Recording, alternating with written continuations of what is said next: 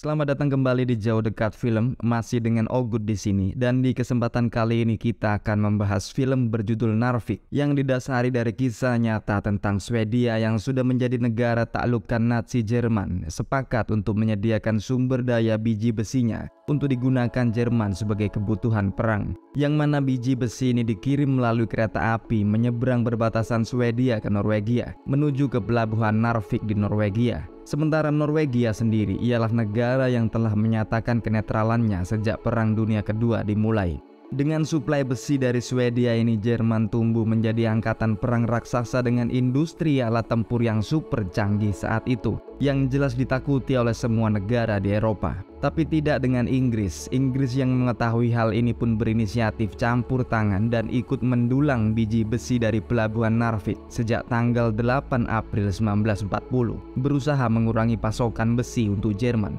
Keberadaan kedua belah pihak, Jerman dan Inggris di Narvik ini pun seakan api dalam sekam. Dua musuh bebuyutan berebut besi di tempat yang sama. Ini sekaligus memaksa tentara-tentara lokal Norwegia turut menjaga kedamaian Narvik secara ketat sebagai pasukan yang netral. Tapi akankah pasukan Norwegia ini bisa menjadi penjaga dua raksasa Eropa yang saling bersitegang dan menahan marah di kota Narvik? Atau malah Norwegia sendiri yang hancur lebur dan merugi karena sudah menjadi tuan rumah Inggris dan Jerman yang saling berebut biji besi?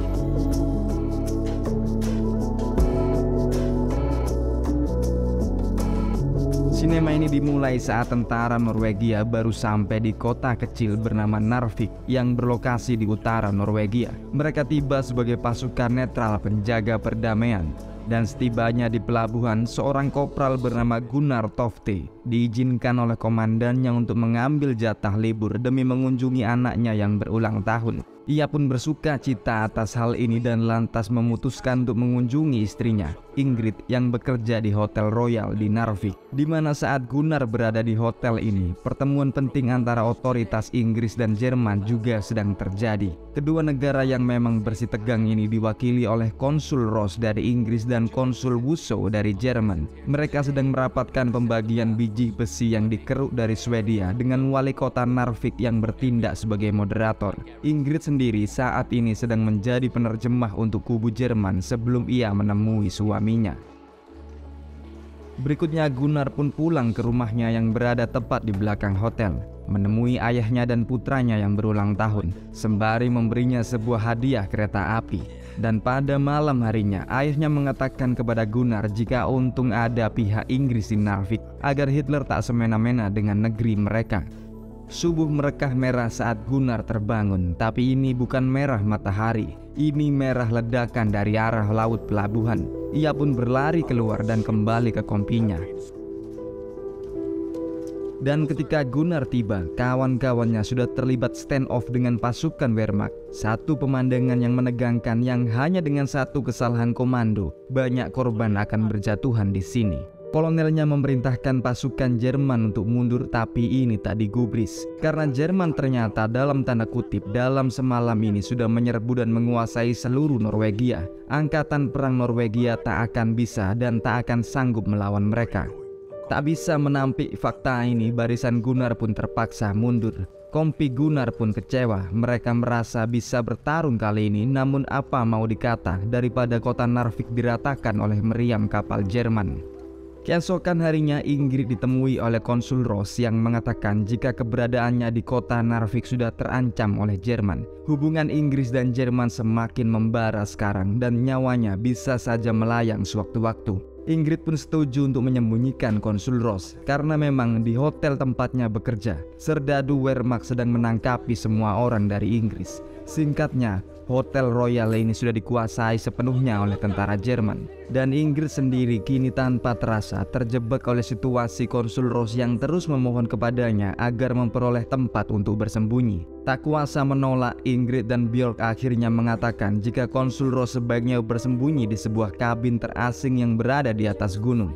Untuk selanjutnya ia pun membawa mertuanya dan anaknya mengungsi keluar Narvik bersama para warga lainnya. Tapi sayang, feri pengangkut dan seluruh pelabuhan ini sudah ditutup oleh pasukan Jerman. Tak ada yang boleh keluar dari kota ini. Dan tak kurang akal, ayah mertua Ingrid akhirnya mengirim Ingrid dan cucunya, Ole, keluar Narvik menggunakan kereta api. Kita kembali menengok Gunnar dan barisannya yang kini sedang berada di stasiun Narvik. Mereka berniat keluar dari kota ini. Mereka terus berjalan dengan langkah yang berat, tak kuasa mengubah situasi negeri mereka sampai akhirnya mereka tiba di jembatan Nordal.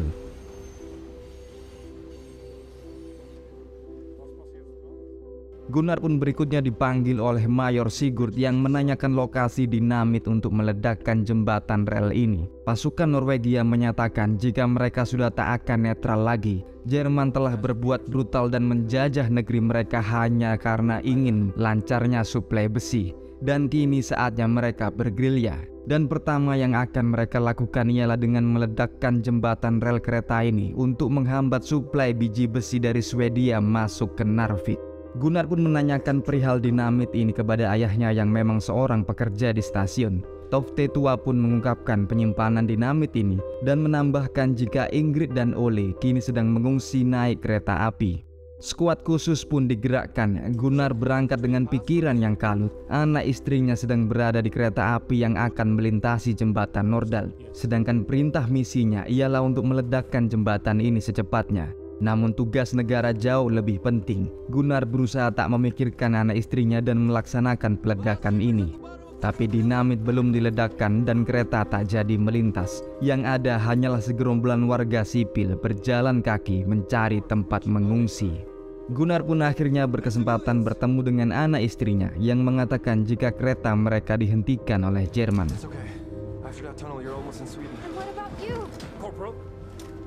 Dan setelah mengamankan seluruh warga sipil di sini, Gunnar pun mulai memproses misinya. Namun belum sempat meledak, tentara Wehrmacht sudah tampak di kejauhan, mempersulit situasi dengan mengobrol tembakan. Kawan Gunnar di bawah pun menyalakan sumbu dan langsung melarikan diri tanpa mempedulikan jika Gunnar masih berada di atas pilar jembatan.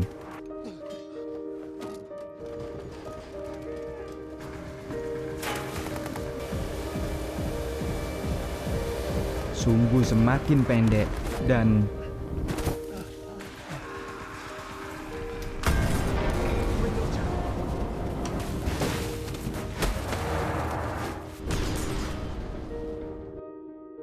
beberapa saat kemudian Ingrid dan Ole ditemukan oleh pasukan Jerman dalam terowongan dan diantar balik masuk ke kota. Ingrid melihat di kejauhan 3 orang serdadu Norwegia tertangkap dan salah satunya ialah suaminya, Gunnar Tofte. Pada malam harinya, Ingrid yang masih belum tahu nasib suaminya kini dihadapkan pada konsul Wusso yang sedang bernegosiasi dengan wali kota Narvik. Ia sekali lagi ditunjuk sebagai translator.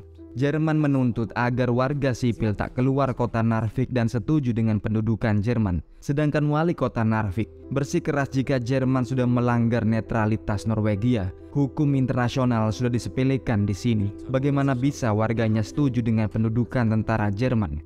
Setelah rapat singkat ini berakhir tanpa solusi, Ingrid memohon kepada konsul Wusso agar suaminya Gunnar Tofte bisa dibebaskan. Meski tampaknya ini mustahil dalam sistem militer Wehrmacht, konsul Wusso berusaha akan membicarakan ini dengan jenderalnya. Keesokan harinya, seorang kawan kerja Ingrid, Björk, mengatakan jika orang-orang Inggris sedang mencarinya di kabin atas gunung. Maka Ingrid pun berangkat diam-diam, sebisa mungkin tak menarik perhatian kubu Jerman. Ia naik ke gunung dan menemui konsul Ross, di mana politisi ini dengan cerdik berniat memanfaatkan Ingrid untuk mendapatkan intelijen dari Jerman. Ingrid pun terjebak semakin dalam konflik politik ini. Dan tak main-main, Inggris memberikan misi pada Ingrid untuk mencuri peta posisi artileri yang ada di Narvik. Ingrid laksana mata-mata ganda sekarang, double agent untuk Jerman dan Inggris tanpa disadari. Esok harinya, Angkatan Laut Inggris tiba-tiba menampakkan diri di pelabuhan dan mulai menyerang. Seisi hotel pun terkaget dan keluar, sedangkan Ingrid dan tetangga sekitar pun langsung pulang ke rumah, bersembunyi di ruang bawah tanah. Baru pada tengah malamnya, warga sipil di sini berani keluar ke atas dan kembali ke rumah mereka masing-masing.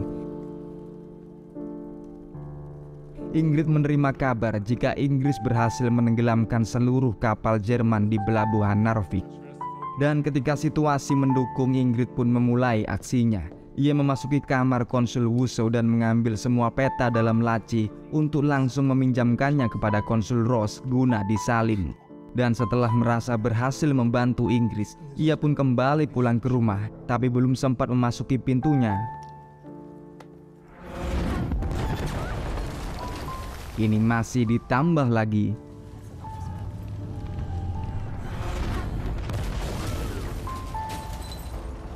Yang ia pikirkan kini hanyalah anaknya dan mertua lakinya yang ternyata sekarang sudah menjadi mayat. Dan putra semata wayangnya pun terluka akibat bombardir Inggris ini, meski Ole masih hidup dan bugar.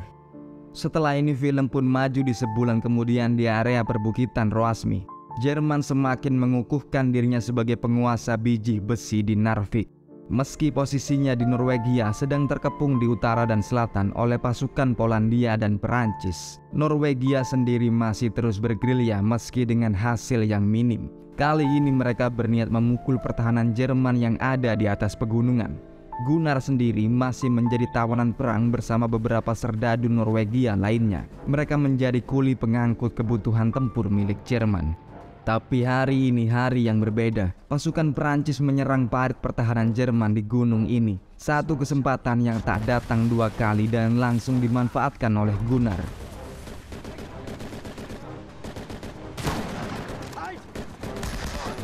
Dengan pertolongan dari Perancis ini, Gunnar pun menceburkan diri dalam pertempuran.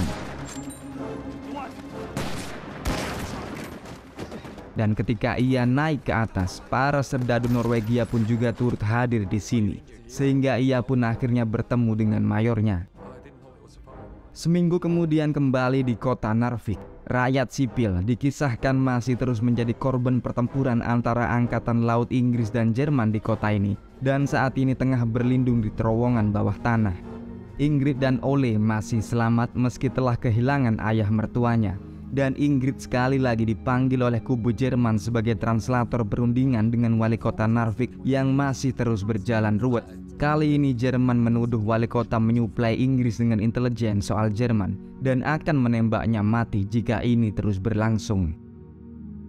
Namun pada malam harinya, Ole tak sadarkan diri karena demamnya. Lukanya mengidap infeksi.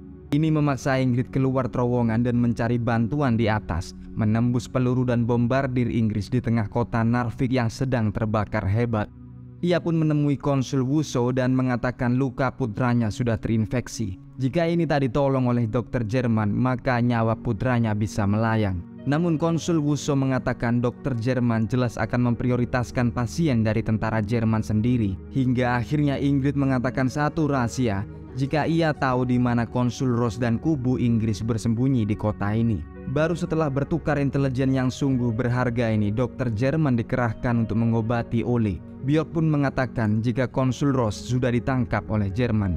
Tapi Ingrid menganggap peduli setan dengan orang Inggris. Yang penting putranya bisa selamat dari kekacauan yang sebenarnya juga tak ada sangkut pautnya dengan mereka semua. Björk pun diberi isyarat jika yang membocorkan ini semua ialah Ingrid sendiri. Kita pun maju lagi pada 2 minggu kemudian di bendungan Rombax atau Rombaxfjord. Pasukan Norwegia dan Perancis sudah tinggal menunggu komando terakhir untuk menyerbu balik kota Narvik dengan pertempuran habis-habisan. Kali ini Gunnar berada di atas kapal dan siap diturunkan menuju benteng gunung Jerman terakhir sebelum kota Narvik. Mayor memberikan info jika Jerman memiliki artileri yang unik kali ini. Sebuah meriam kaliber besar yang ada di atas rel kereta, yang mana setelah menembak, artileri ini akan disembunyikan lagi dalam terowongan. Kalau tak salah ini ialah Railway Battery Narbo yang sungguh menakutkan yang dimiliki oleh Angkatan Laut Jerman pada saat itu. Dan menjadi tugas Gunnar sebagai ahli peledak untuk menghancurkan artileri ini, tepat setelah pasukan Perancis melibas pos-pos senapan mesin Jerman di pegunungan. Dan setelah kapal merapat, agresi mereka pun dimulai. Berlari ke gunung dengan perlengkapan tempur apa adanya, dibantu oleh pasukan Perancis di sisi mereka. Tapi khayal sekali jika mereka merasa senapan mesin Jerman bisa dengan mudah direbut. Tak sampai 10 menit para penyerbu ini pun terpaksa mundur sampai mayor mereka memerintahkan untuk balik maju menyerang kembali.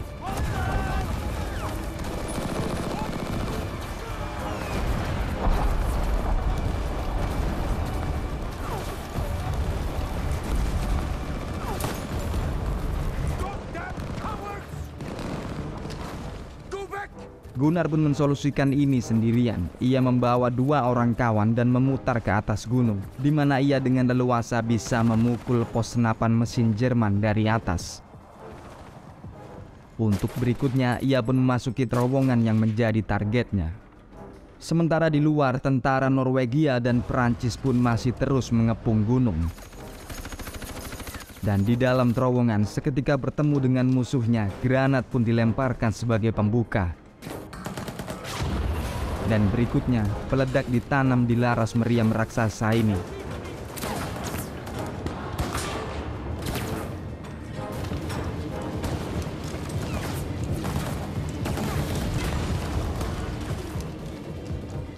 Sesaat kemudian, seluruh pasukan Jerman di atas gunung sudah terusir atau mati. Pasukan dari Prancis dan Norwegia pun merayakan kemenangan mereka dengan pengibaran bendera Norwegia di atas gunung. Inilah bor pertempuran yang oleh para sejarawan dianggap sebagai kekalahan pertama Hitler di Perang Dunia Kedua. Kita kembali ke Hotel Royal, di mana pasukan Jerman juga sudah mulai mengevakuasi diri. Tampak Ingrid masuk dengan Ole yang kini juga sudah sehat. Konsul Wusso menyempatkan berpamitan dengan Ingrid dan memintanya untuk menemani dirinya ke Berlin alias menjadi istrinya. Namun ini ditolak secara halus oleh Ingrid. Kemudian Wusso mengatakan jika pada daftar tawanan nama Gunnar Tofte sudah dicoret. Ini menandakan jika kemungkinan besar Gunnar sudah mati. Karena inilah Wusso memberanikan diri untuk melamar Ingrid. Namun Ingrid tetap ingin tinggal di Narvik. Di luar di tanggal 28 Mei 1940, wali kota Narvik menaiki mobil mewah berbendera Inggris, menandakan jika armada Inggris juga sudah berhasil mengusir Jerman dari kotanya. Sedangkan Gunnar dan barisannya kembali masuk ke kota ini pula. Narvik sudah terbebas sepenuhnya dari cengkeraman Wehrmacht. Tapi di mana-mana Gunnar tak melihat Ingrid dan anaknya Ole. Malah ia mendengar gosip jika Ingrid ternyata sudah sering membantu pasukan Jerman. Dan ketika ia sampai di rumahnya di belakang Hotel Royal yang kini juga sudah hancur lebur akibat bombardir Inggris, ia menemukan istrinya memang sedang menunggunya selama ini. Gunnar menanyakan apa rumor yang tersebar di kota jika Ingrid menjadi pembantu kubu Jerman benar adanya. Ingrid hanya mengatakan jika kesalahannya ialah ia membeberkan keberadaan konsul Ross kepada Jerman karena ingin menyelamatkan nyawa Ole. Tapi Gunnar semata-mata langsung menyalahkan Ingrid. Ia menganggap Ingrid ini sudah menjadi pengkhianat bangsa. Sampai di luar, pesawat pembom Jerman mengirim kejutannya. Gunnar melesat keluar untuk melihat situasi. Tapi tampak pula Ingrid menggandeng Ole berjalan tak menyapanya. Minggat dengan lunglai, merasa tak punya siapa-siapa lagi di kota Narvik. Dan ketika anak istrinya sudah tak tampak lagi di matanya, Gunnar pun seakan menjadi bingung. Ia seakan bertanya-tanya di pikirannya bahwa ia kini berperang untuk siapa. Dan di pelabuhan saat akan menunggu kapal feri, Ingrid sendiri mengalami perlakuan tak mengenakan dari para tetangganya yang kini menganggapnya sebagai pengkhianat dan pembantu Jerman. Tapi tiba-tiba Gunnar pun muncul, merasa ia pun tak punya siapa-siapa lagi selain anak dan istrinya. Dan dikisahkan jika Narvik dibombardir oleh pesawat Jerman setelah ini sampai rata dengan tanah. Norwegia melalui Narvik memang sudah merasakan kemenangan, meski ini kemenangan yang sangat singkat saja. Karena pada tanggal 8 Juni 1940, tentara Norwegia terpaksa harus menyerah pada kekuatan militer Jerman sekali lagi. Dan inilah bor konten kita kali ini. Kalau kalian tertarik untuk mengikuti pertempuran Perang Dunia Kedua yang bersetting di area Skandinavia lainnya, Ogut udah siapkan di layar, silakan pilih yang kiri atau kanan. Akhir kata, pastikan tetap standby di jauh dekat film. Kita jumpa di rilisan berikutnya. Wassalamualaikum, yuk, bye.